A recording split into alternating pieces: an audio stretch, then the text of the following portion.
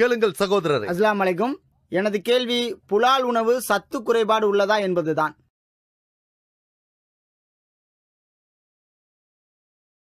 சகோதரர் நல்ல கேள்வியை கேட்டிருக்கிறார்.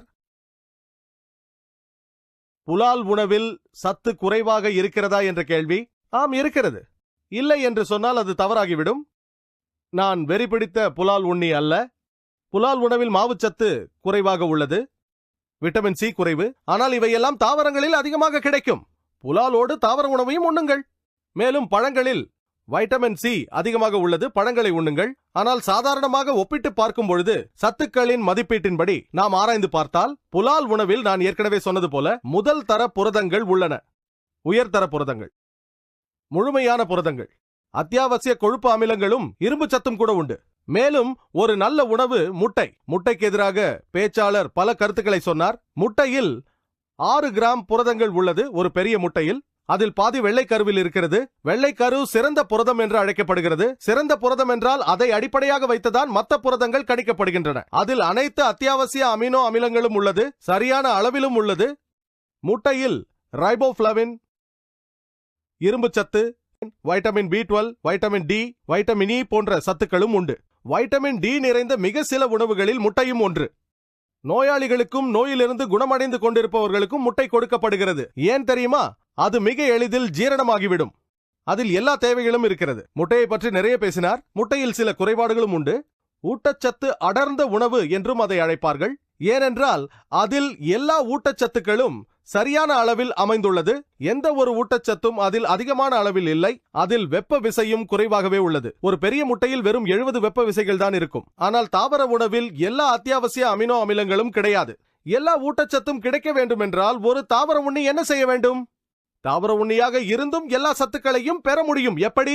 ஒரு குறிப்பிட்ட உணவு பழக்கத்தை ஏற்படுத்திக் கொள்ள வேண்டும். குறிப்பிட்ட தாவரங்களை தேர்ந்தெடுத்து உண்ண வேண்டும். ஒரு தாவரத்தில் ஒரு அத்தியாவசியமான அமினோ அமிலம் இல்லை என்றால் அந்த அமிலம் இருக்கும் இன்னொரு தாவரத்தை உண்ண வேண்டும். ஒருவர் தேர்ந்தெடுத்து உண்டால் சரியான அளவில் அதை கண்காணித்தால் எந்த பிரச்சனையும் வராது. புலால் உணவை பொறுத்தவரையில் எந்த புலால் உணவை வேண்டுமானாலும் சாப்பிடுங்கள். பொதுவாக எந்த சத்திலும் குறைபாடு இருக்காது. இதுவே எனது பதில். கேள்வி கேளுங்கள். என்னுடைய பெயர் பாபுபாய் ஜவேரி.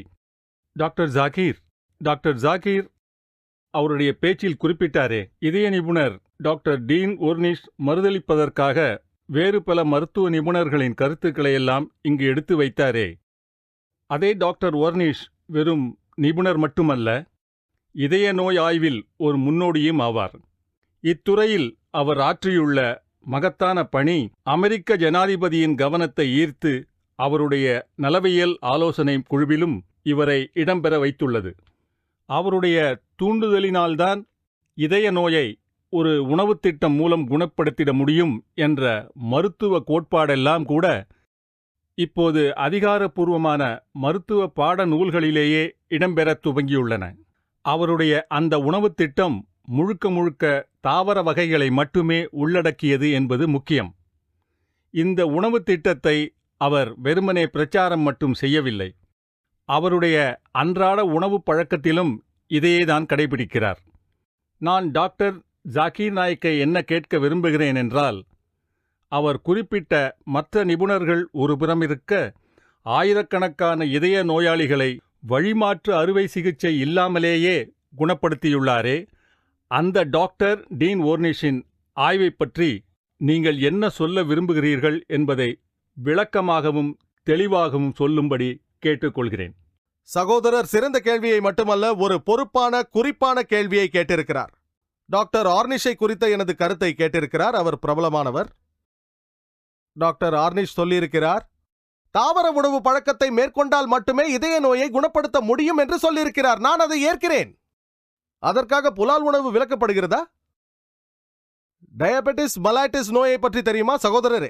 அதாவது நீரிழிவு நோய். இந்த நோயால் பாதிக்கப்பட்ட ஒருவர், இந்த நோயால் பயங்கரமாக பாதிக்கப்பட்ட ஒருவர் புலால் சார்ந்த சிகிச்சையான இன்சுலினை எடுத்துக்கொள்ளவில்லை என்றால் அவர் இறந்து விடுவார் என்று சொல்ல டாக்டர் ஆர்னிஷ் வர தேவையில்லை.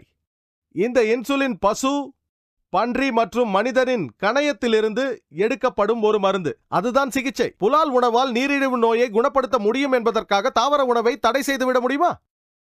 நான் டாக்டர் ஆர்னிஷ் சொன்னதை ஏற்கிறேன்.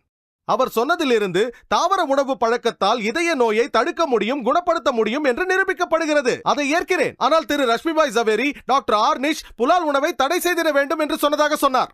ஆனால் பொதுவாக பார்த்தால் இதய நோயாளிகளை பொறுத்தவரையில் அதை நான் ஏற்கிறேன். சில மருத்துவர்களுக்கு வேறு கருத்து கூட இருக்கலாம், ஆனால் நான் ஏற்கிறேன். ஆனால் தாவர உணவால் இதய நோய் குணமாகிறது என்பதற்காக பொதுவாக புலால் உணவை தடை செய்திட வேண்டும் என்பதை நான் ஏற்க முடியாது. பிறகு ஏன் அமெரிக்கா புலால் உணவை தடை செய்யவில்லை? அவர் அமெரிக்க அரசாங்க ஆலோசகராயிற்றே. அமெரிக்க அரசாங்கத்திற்கே ஆலோசனை தருபவர். டாக்டர் ஆர்னிஷின் ஆலோசனையை கேட்டு அமெரிக்க அரசாங்கம் புலால் உணவை தடை செய்ய வேண்டியதுதானே, ஏன் செய்யவில்லை?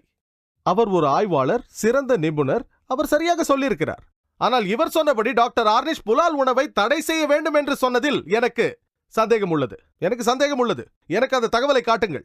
எந்த மனிதனும் எப்பொழுதும் புலால் உணவை உண்ணவே கூடாது என்று அவர் சொன்ன தகவலை காட்டுங்கள். இருக்கவே இருக்காது. நான் சவால் விடுகிறேன். நான் மேற்கோள் காட்டிய மற்ற நிபுணர்கள் இருக்கிறார்கள். Doctor William D Jarvis, doctor K ஜெரி, அநேகர் இருக்கிறார்கள். ஆனால் நான் ஒரு யதார்த்தவாதி. டாக்டர் ஆர்னிஷின் கருத்தை ஏற்றுக்கொள்கிறேன். அது இதய நோயை குணப்படுத்தும், ஆனால் அது மட்டும்தான் குணப்படுத்தும் என்று அல்ல. இதுவே எனது பதில். தெளிவாக சொல்லிவிட்டேன். கேளுங்கள் சகோதரியே. இது டாக்டர் ஜாகீர் அவர்கள் ஒரு மருத்துவராகவும் விஞ்ஞானியாகவும் இருப்பதால் அவர்களிடமிருந்து அறிவு தெளிவு பெற்றிட நான் விரும்புகிறேன்.